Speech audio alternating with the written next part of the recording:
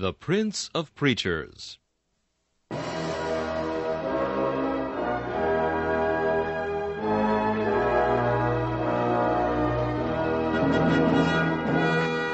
Charles Haddon Spurgeon has been called England's greatest contribution to the spread of the gospel in the 19th century. One of his contemporaries said that the chief secret of Spurgeon's attractiveness was the fact that, in every sermon, no matter what the text or the occasion, he explained the way of salvation in simple terms. Spurgeon's messages remain one of the great treasure houses of Christian literature, still bringing the light of the gospel and the comfort of the Scriptures to hungry souls long after the preacher has passed into glory. This is Charles Kelsch inviting you to listen to a message from the Prince of Preachers.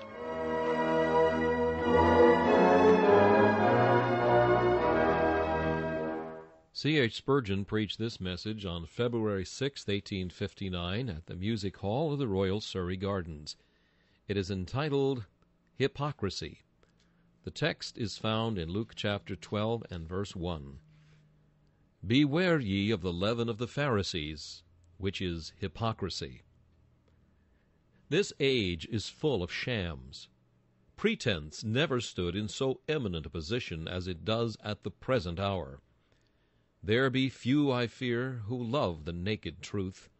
We can scarce endure it in our houses. You would scarcely trade with a man who absolutely stated it.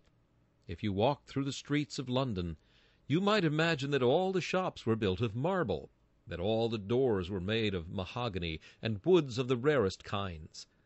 And yet you soon discover that there is scarce a piece of any of these precious fabrics to be found anywhere, but that everything is grained and painted and varnished. I find no fault with this, except as it is an outward type of an inward evil that exists.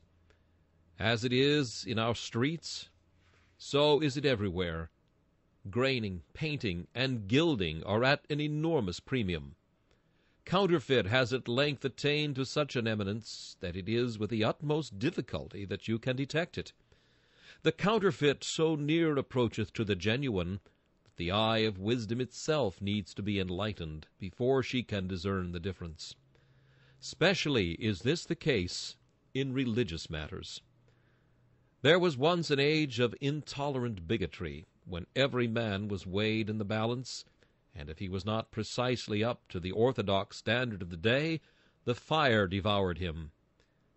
But in this age of charity, and of most proper charity, we are very apt to allow the counterfeit to pass current, and to imagine that outward show is really as beneficial as inward reality. If ever there was a time when it was needful to say, Beware ye of the leaven of the Pharisees, which is hypocrisy, it is now. The minister may cease to preach this doctrine in the days of persecution. When the faggots are blazing, when the rack is in full operation, few men will be hypocrites. These are the keen detectors of impostures. Suffering and pain and death for Christ's sake are not to be endured by mere pretenders. But in this silken age, when to be religious is to be respectable, when to follow Christ is to be honored, and when godliness itself has become gain, it is doubly necessary that the minister should cry aloud and lift up his voice like a trumpet against this prevailing sin, the leaven of the Pharisees, which is hypocrisy. I am sure that every true child of God will stand at times in doubt of himself, and his fear will probably take the shape of a suspicion concerning his own state.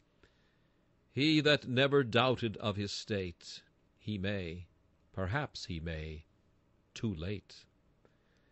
The Christian, however, does not belong to that class. He will at times begin to be terribly alarmed, lest after all his godliness should be but seeming, and his profession an empty vanity. He who is true will sometimes suspect himself of falsehood, while he who is false will wrap himself up in a constant confidence of his own sincerity. My dear Christian brethren, if you are at this time in doubt concerning yourselves, The truths I am about to utter will perhaps help you in searching your own hearts and try your own reins, and sure I am you will not blame me if I should seem severe. But you will rather say, Sir, I desire to make sure work concerning my soul. Tell me faithfully, and tell me honestly, what are the signs of a hypocrite? And I will sit down and try to read my own heart, to discover whether these things have a bearing upon me. And happy shall I be, if I shall come out of the fire like pure gold. We shall note then this morning, first, the character of a hypocrite. Then we shall try to cast up his accounts for him, with regard to his loss or gain. And then we shall offer a cure for hypocrisy, which, if constantly carried about with us, will certainly prevent us from attempting to deceive. The cure is contained in these words which follow the text. For there is nothing covered that shall not be revealed, neither hid that shall not be known. Therefore whatsoever ye have spoken in darkness shall be heard in the light, and that which ye have spoken in the ear in closets shall be proclaimed upon the housetops. First, then, the hypocrite's character. We have an elaborate description of the hypocrite in the chapter we have just read, the 23rd of Matthew, and I do not know that I can better portray him than by turning again to the words of Christ. A hypocrite may be known by the fact that his speech and his actions are contrary to one another. As Jesus says, they say, and they do not. The hypocrite can speak like an angel. He can quote texts with the greatest rapidity. He can talk concerning all matters of religion, whether they be theological doctrines, metaphysical questions, or experimental difficulties. In his own esteem he knoweth much, and when he rises to speak, you will often feel abashed at your own ignorance in the presence of his superior knowledge. But see him when he comes to actions. What behold you there? The fullest contradiction of everything that he has uttered. He tells to others that they must obey the law. Doth he obey it? Ah, no. He declares that others must experience this, that, and the other, and he sets up a fine scale of experience, far above even that of the Christian himself. But does he touch it? No, not with so much as one of his fingers. He will tell others what they should do, but will he remember his own teaching? Not he. Follow him to his house, trace him to the market, see him in the shop, and if you want to refute his preaching, you may easily do it from his own life. My hearer, is this thy case? Thou art a member of a church, a deacon, a minister. Is this thy case? Is thy life a contradiction to thy words? Do thy hands witness against thy lips? How stands it with thee? With a blush, each one of us must confess that to some extent our life is contradictory to our profession. We blush and we mourn over this. But I hope there are some here who can say, notwithstanding many infirmities, with my whole heart have I striven to run in the ways of thy commandments, O my God, and I have not intentionally spoken that with my lip, which I did not intend to carry out in my life. Ah, believe me, my hearers, talk is easy, but walk is hard. Speech any man may attain unto, but act is difficult. We must have grace within to make our life holy, but lip piety needs no grace. The first mark of a hypocrite, then, is that he contradicts by his acts what he utters by his words. Do any of you do so? If so, stand convicted of hypocrisy, and bow your heads and confess the sin. The next mark of a hypocrite is that whenever he does right, it is that he may be seen of men. The hypocrite sounds a trumpet before his alms, and chooses the corner of the streets for his prayers. To him, virtue in the dark is almost a vice. He can never detect any beauty in virtue, unless she has 1,000 eyes to look upon her, and then she is something indeed. The true Christian, like the nightingale, sings in the night. But the hypocrite has all his songs in the day, when he can be seen and heard of men. To be well spoken of is the very elixir of his life. If he be praised, it is like sweet wine to him. The censure of a man upon a virtue would make him change his opinion concerning it in a moment. For his standard is the opinion of his fellow creatures. His law is the law of self-seeking and of self-honoring. He is virtuous because to be virtuous is to be praised. But if tomorrow vice were at a premium, he would be as vicious as the rest. Applause is what too many are seeking after. They eschew all secret religion, and only live where men may behold them. Now, is this our case? Let us deal honestly with ourselves. If we distribute to the poor, do we desire to do it in secret, when no tongue shall tell? Are our prayers offered in our closets, where God, who heareth the cry of the secret ones, listeneth to our supplication? Can we say that if every man were struck stone blind and deaf and dumb, we would not alter our conduct in the least? Can we declare that the opinion of our fellows is not our guiding law, but that we stand servants to our God and to our conscience, and are not to be made to do a wrong thing from flattery, nor are we urged to do a right thing from fear of censure? Mark, the man who does not act rightly from a higher motive than that of being praised gives sore suspicion that he is a hypocrite. But he who will do a right thing against the opinion of every man, and simply because he believes it to be right, and sees the stamp of God's approval upon it, that man need not be afraid that he is a hypocrite. He would be a kind of hypocrite that no one has never discovered as yet. Hypocrites do their good works for applause. Is it so with you? If so, be honest. And as you would convict another, convict yourself. Again, hypocrites love titles and honors and respect from men. The Pharisee was never so happy as when he was called rabbi. He never felt himself so really great as when he was stuck up in the highest seat of the synagogue. Then he must be good indeed. But the true Christian cares not for titles.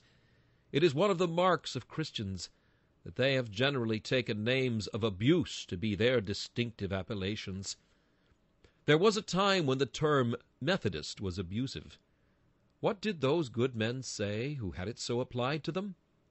You call us Methodists by way of abuse, do you? It shall be our title. The name Puritan was the lowest of all. It was the symbol which was always employed by the drunkard and swearer to express a godly man.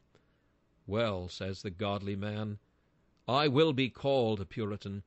If that is a name of reproach, I will take it.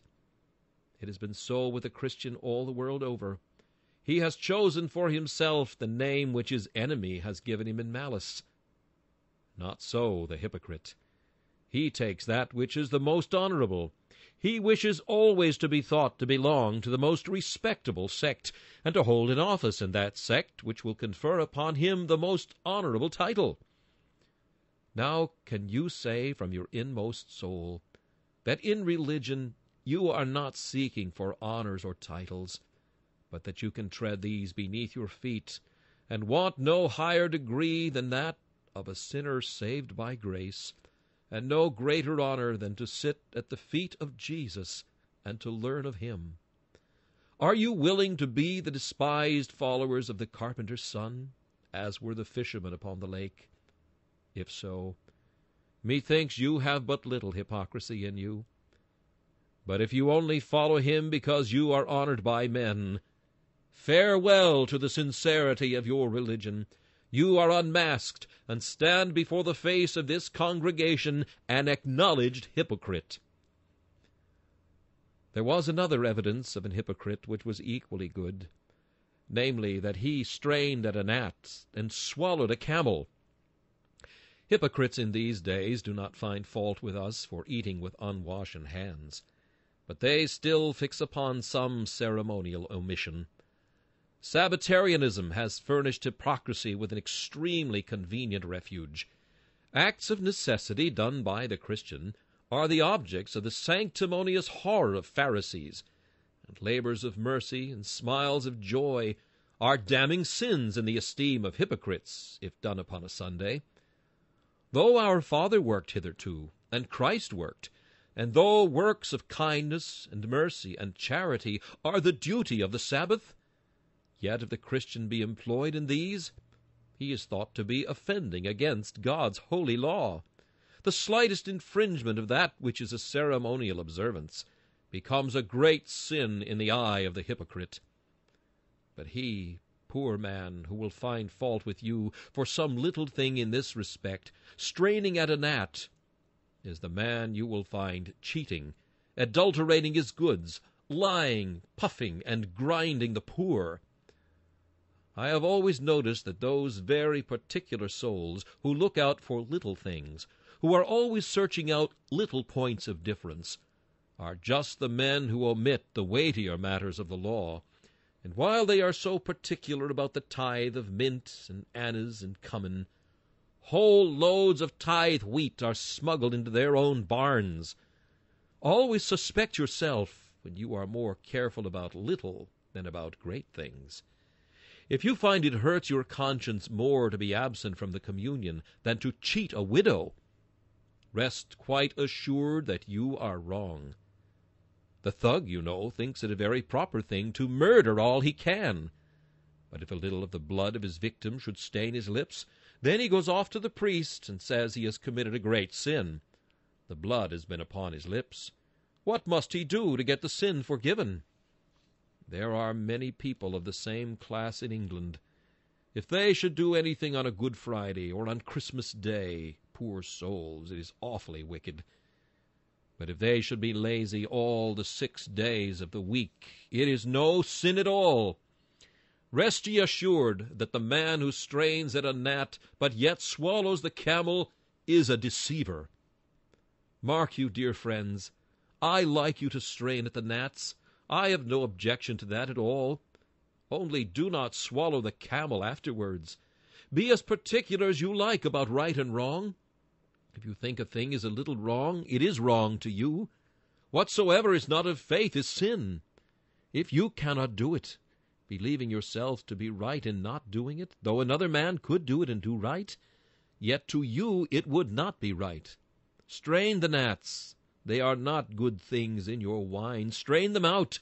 It is well to get rid of them. But then do not open your mouth and swallow a camel afterwards. For if you do that, you will give no evidence that you are a child of God, but prove that you are a damnable hypocrite. But read on in this chapter, and you will find that these people neglected all the inward part of religion, and only observed the outward.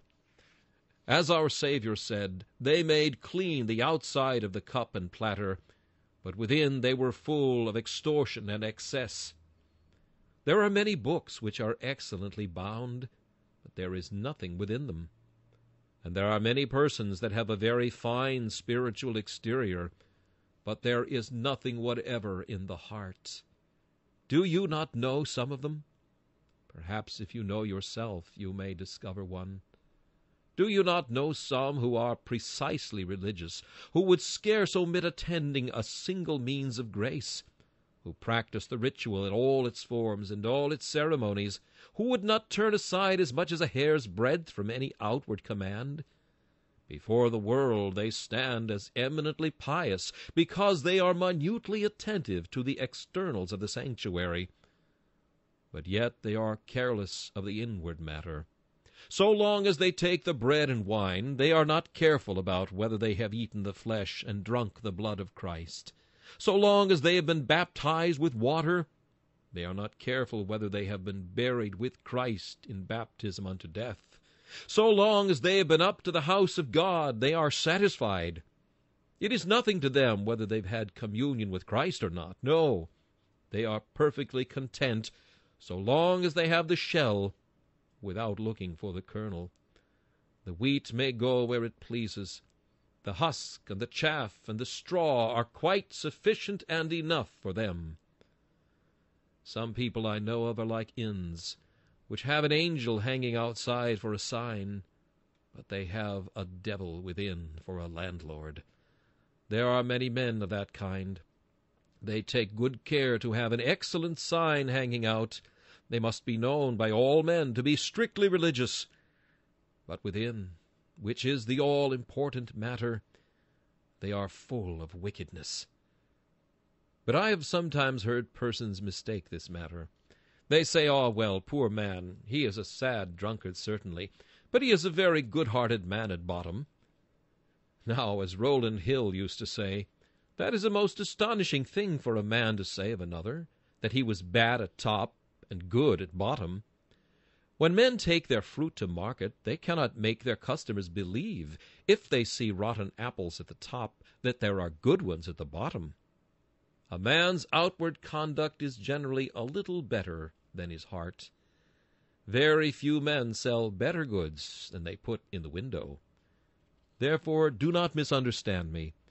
When I say we must attend more to the inward than the outward, I would not have you leave the outward to itself. Make clean the outside of the cup and platter. Make it as clean as you can. But take care also that the inward is made clean. Look to that first. Ask thyself such questions as these. Have I been born again? Am I passed from darkness to light? Have I been brought out of the realms of Satan into the kingdom of God's dear Son? Do I live by private communion near to the side of Jesus? Can I say that my heart panteth after the Lord, even as the hart does after the water brooks? For if I cannot say this, whatever my outward life may be, I am self-deceived, and deceive others, and the woe of the hypocrite falls upon me. I have made clean the outside of the cup and the platter, but the inward part is very wickedness. Does that come home to any of you? Is this personal preaching? Then God be blessed for it. May the truth be the death of your delusions. You may know a hypocrite by another sign. His religion depends upon the place or upon the time of day. He rises at 7 o'clock, perhaps, and you will find him religious for a quarter of an hour, for he is, as the boy said, saying his prayers to himself in the first part of the morning. Well, then you find him pretty pious for another half hour, for there is family prayer. But when the business begins, and he is talking to his men, I won't guarantee that you will be able to admire him.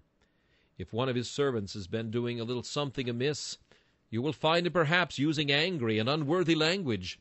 You will find him, too, if he gets a customer whom he thinks to be rather green, not quite pious, for he will be taking him in. You will find, too, that if he sees a good chance at any hour of the day, he will be very ready to do a dirty trick. He was a saint in the morning, for there was nothing to be lost by it. But he has a religion that is not too strict. Business is business, he says, and he puts religion aside by stretching his conscience, which is made of very elastic material. Well, sometime in the evening you will find him again very pious, unless he is out on a journey where neither wife nor family nor church can see him, and you will find him at a theater. He would not go if there was a chance of the minister hearing of it, for then he would be excommunicated. But he does not mind going when the eye of the church or any of his friends is not upon him. Fine clothes make fine gentlemen, and fine places make fine hypocrites.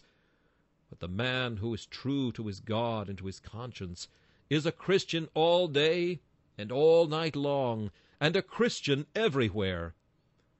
Though you were to fill my house full of silver and gold, he says, I would not do a dirty action. Though you should give me the stars and the countless wealth of empires, yet I would not do that which would dishonor God or disgrace my profession. Put the true Christian where he might sin and be praised for it, and he will not do it. He does not hate sin for the sake of the company, but he hates it for its own sake. He says, "How can I do this great wickedness and sin against God?" You shall find him a fallible man, but not a false man. You shall find him full of infirmities, but not of intentional lust and of designed iniquity. As a Christian, you must follow Christ in the mire as well as in the meads. You must walk with him in the rain as well as in the sunshine. You must go with him in the storms as well as in fair weather. He is no Christian who cannot walk with Christ, come rags, come poverty, come contumely or shame. He is the hypocrite who can walk with Christ in silver slippers and leave him when it becomes necessary for him to go barefoot. The hypocrite's religion is like a chameleon. It takes its color from the light which falls upon it. But the Christian's religion is evermore the same. Is this true, then, of any of us? Can we say we desire to be evermore the same? Or do we change with our company and with the times? If so, we are hypocrites confessed, and let us own it before God, and may God make us sincere. There is another sign of the hypocrite, and now the lash will fall on my own back, and on most of us too. Hypocrites, and other people besides hypocrites, are generally severe with others, and very lenient with themselves. Have you ever heard a hypocrite describe himself? I describe him thus: "You are a mean, beggarly fellow." "No," says he, "I am not. I am economical." I say to him, "You are dishonest. You are a thief." "No," says he, "I am only cute and sharp for the times." "Well, but," I say to him, "you are proud and conceited." "Oh," says he, "I have only a proper and manly respect." "Aye, but you are a fawning, cringing fellow." "No," says he, "I am all things to all men." Somehow or other he will make a vice look like a virtue in himself, but he will deal by the reverse rule with others. Show him a Christian who is really humble, and he says, "I hate his fawning ways." Tell him there is one who is very courageous for Christ. "Oh, he is impudent," says he. Show him one who is liberal, doing what he can for his master's service, spending and being spent for him. "Rash and imprudent," says he. "Extravagant, the man does not know what he is about." You may point out a virtue, and the hypocrite shall at once say it is a vice. Have you ever seen a hypocrite turn doctor? He has a fine beam in his eye, large enough to shut out the light of heaven from his soul, but nevertheless he is a very skillful oculist. He waits upon some poor brother, whose eye is a little affected, with a mote so tiny that the full blaze of the sun can scarce reveal it. "Look at our beam-eyed friend." He puts on a knowing look, and cries, "Allow me to extract this mote for you." Thou hypocrite, first cast out the beam out of thine own eye, and then thou shalt see clearly to cast out the mote out of thy brother's eye. There are people of that sort who make virtues in others into vices, and vices in themselves they transform into virtues. Now, if thou be a Christian, I will tell thee what will be thy spirit. It will be the very reverse. Thou wilt always be making excuses for others, but thou wilt never be making excuses for thyself. The true Christian, if he sees himself sin, mourns over it, and makes much ado concerning it. He says to another, "Oh, I feel so sinful," and the other one cries, "I cannot really see it. I can see no sin in you. I could wish I were as holy as you." "No," says the other, "but I am full of infirmity." John Bunyan describes Mercy and Christiana and the children, after having been washed in the bath and sealed with the seal, as coming up out of the water, and being all fair and lovely to look upon. And one began to say to the other, "You are fairer than I." "And you are more comely than I," said another. And then each began to bemoan their own spots, and to praise the beauty of the others. That is the spirit of a Christian. But the spirit of the hypocrite is the very reverse. He will judge and condemn, and punish with lynch law every other man. And as for himself, he is exempt. He is a king. He knows no law, and his conscience slumbers, and allows him to go on easily in the very sins which he condemns in others. This is a very prominent mark of the hypocrite, and I question whether all of us must not blame ourselves a little here. And now we are going to cast up the hypocrite's account for him. Now, sir, bring us your ledger, and let us have a look at it. You are a hypocrite. Well, what is on the profit side? A good deal, I must confess. Here is, first of all, credit and honor. If you were to say outright, you are a thief, you are a private drunkard, you can curse God as well as any man. Or if the world should hear as much, you would have no honor. But as it is, you have joined the church, and the minister is very fond of you. The deacons and elders think a great deal of you, and you are a very honorable, respectable man. You go walking up to your pew with your Bible and your hymn book, and everybody says there is an exemplary character, and they pat their little boys on the head and say, "May you grow up to be a very good man, like Mr. So-and-so." The next advantage is the ease which you enjoy. The minister often preaches a solemn, thundering sermon against sin.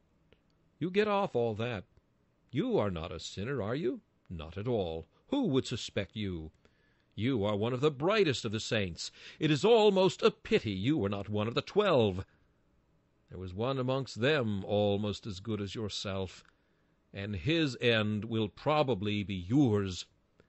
You escape every thunder of the law. Your conscience rests easy, and the very thing which makes the child of God tremble puffs you up. The very marks and evidences which cast him down help to exalt you. The sun of the gospel which melts wax hardens the poor clay of your hearts, and you get the more exalted in your self-conceit through everything you hear. And that is good too, is it not?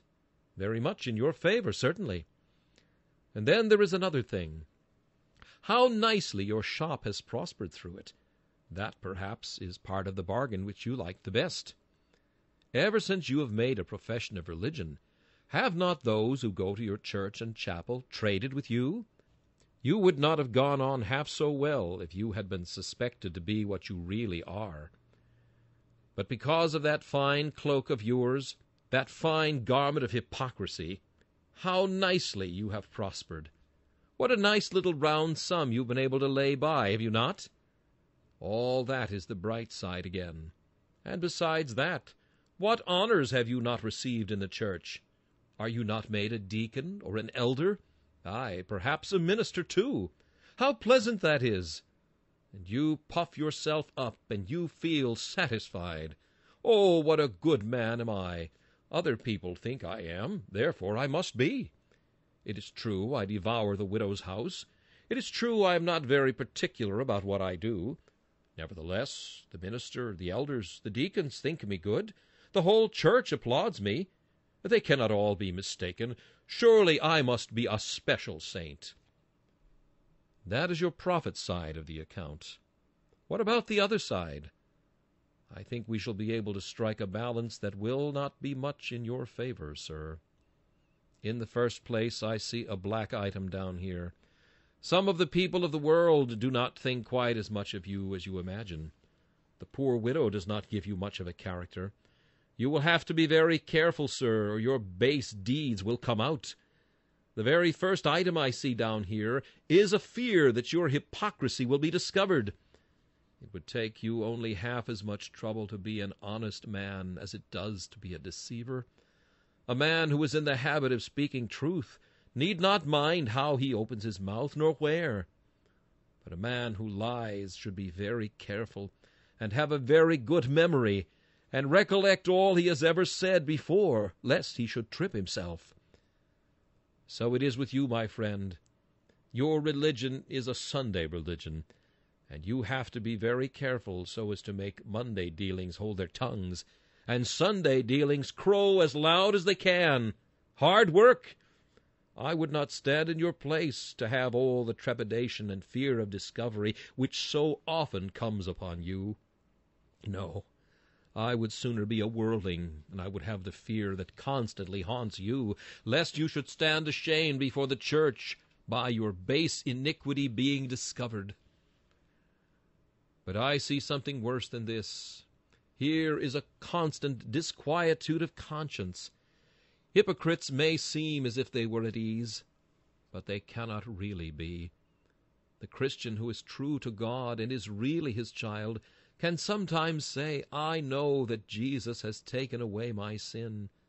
Assurance vouchsafed to him by the Spirit calms his fears, and he can rest in Christ. But the highest presumption to which the hypocrite can attain brings no such calm as that which is breathed upon the Christian by the lips of assurance.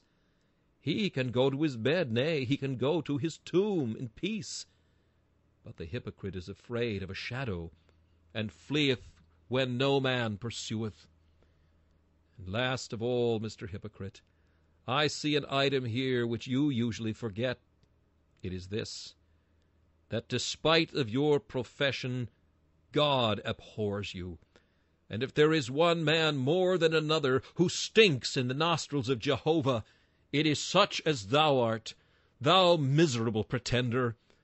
There shall be a special place reserved for thee amongst the damned. Think, man, what shall be thy misery when thy secret deeds of iniquity are read before an assembled universe, and men and angels utter one unanimous hiss against thee. What shall it be when the mask is torn off thee, when the masquerade of thy hypocrisy is done, and thou art stripped naked to thy shame, to be observed of all, and to be despised of all? What sayest thou to this? Shalt thou go from thy deaconship, or from thy ministry, to be among the devils in hell? Shalt thou go from the sacramental table, to drink the sulphurous cup of torment? Shalt thou descend from the song of the sanctuary and from the house of God to the abode of fiends and to the wailing of the damned? Yes, thou shalt, as sure as this word is true, if thou goest on in thy hypocrisy. Death shall find thee out, and hell shall be thy doom. For the hope of the hypocrite is as the spider's web, soon swept away. And where is he when God taketh away his hope? This, then, is the casting up of the hypocrite's account, and there is a deficit of an infinite amount. Now, for the matter of the cure of the hypocrite. What shall we say to it?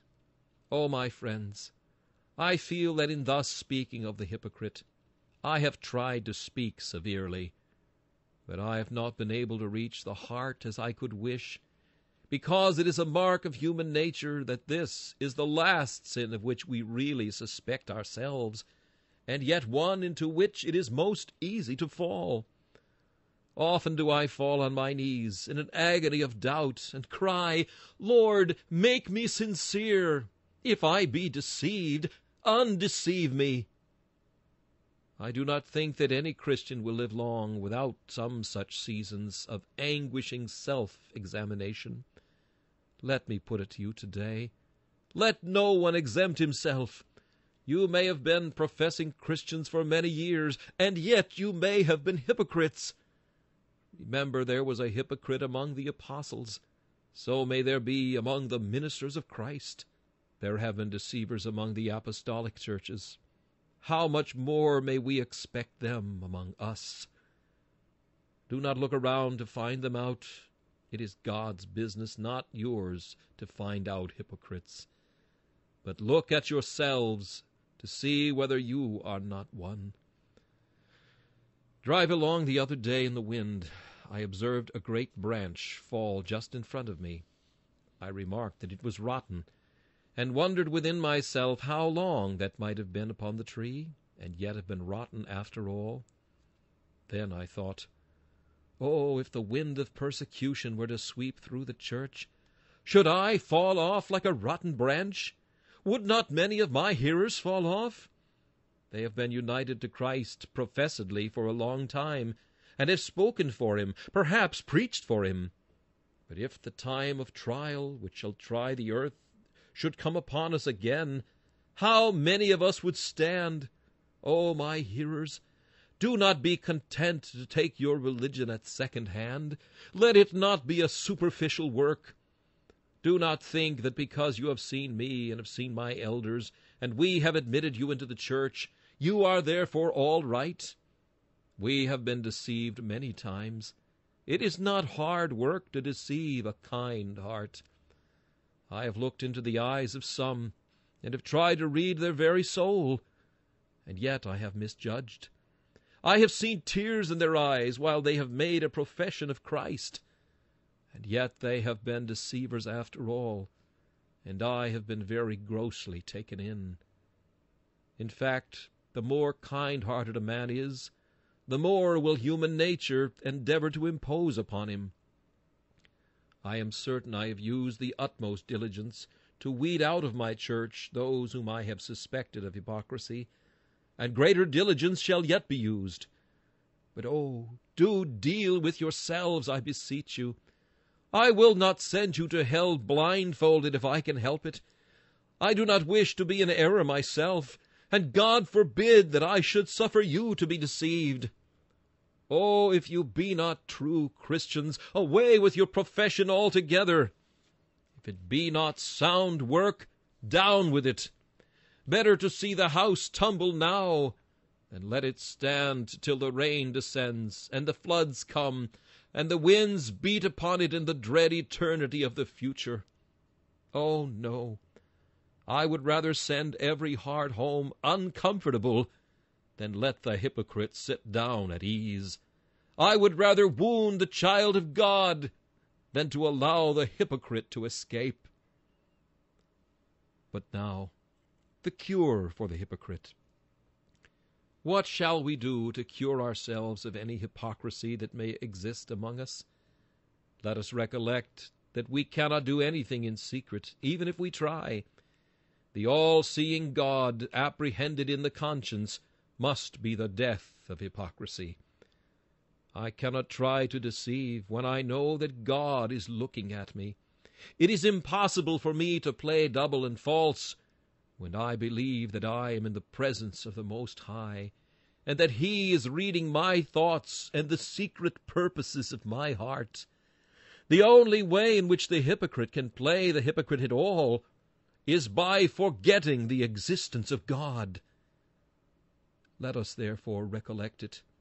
Wherever I am, upon my bed or in my secret chamber, God is there.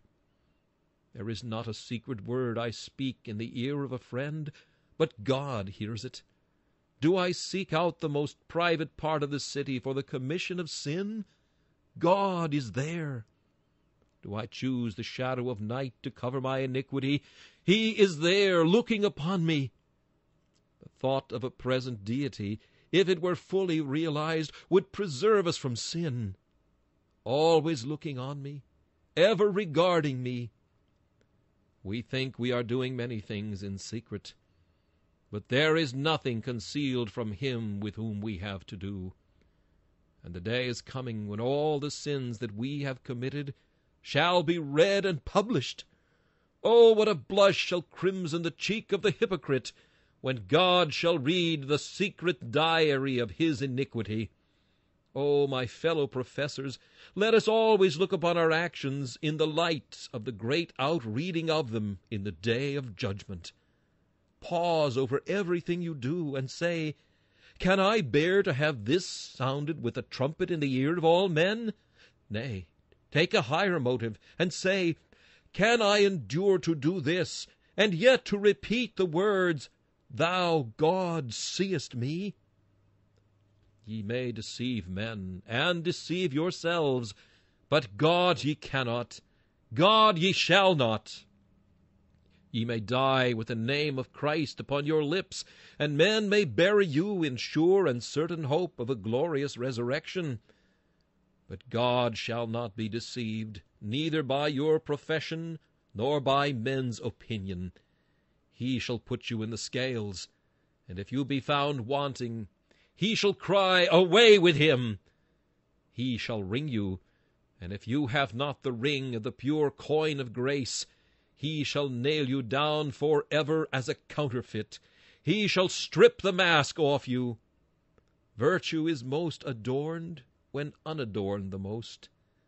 To detect you, you shall be stripped naked, and every cloak shall be torn to tatters. How will you endure this?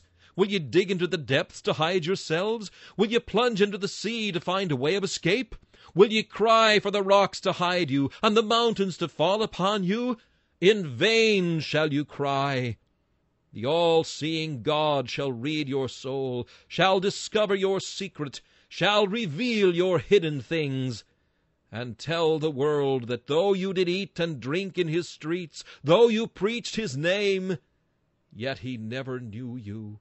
You were still a worker of iniquity, and must be driven away forever. Come, let us just for 1 second reflect that we shall soon lie upon our deathbed. A few more months, and you and I shall face that cruel tyrant, death.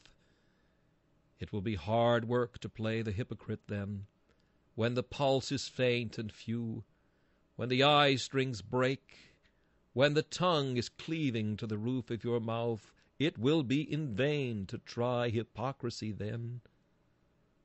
Oh, may God make you sincere, for if you die with an empty profession, you will die indeed.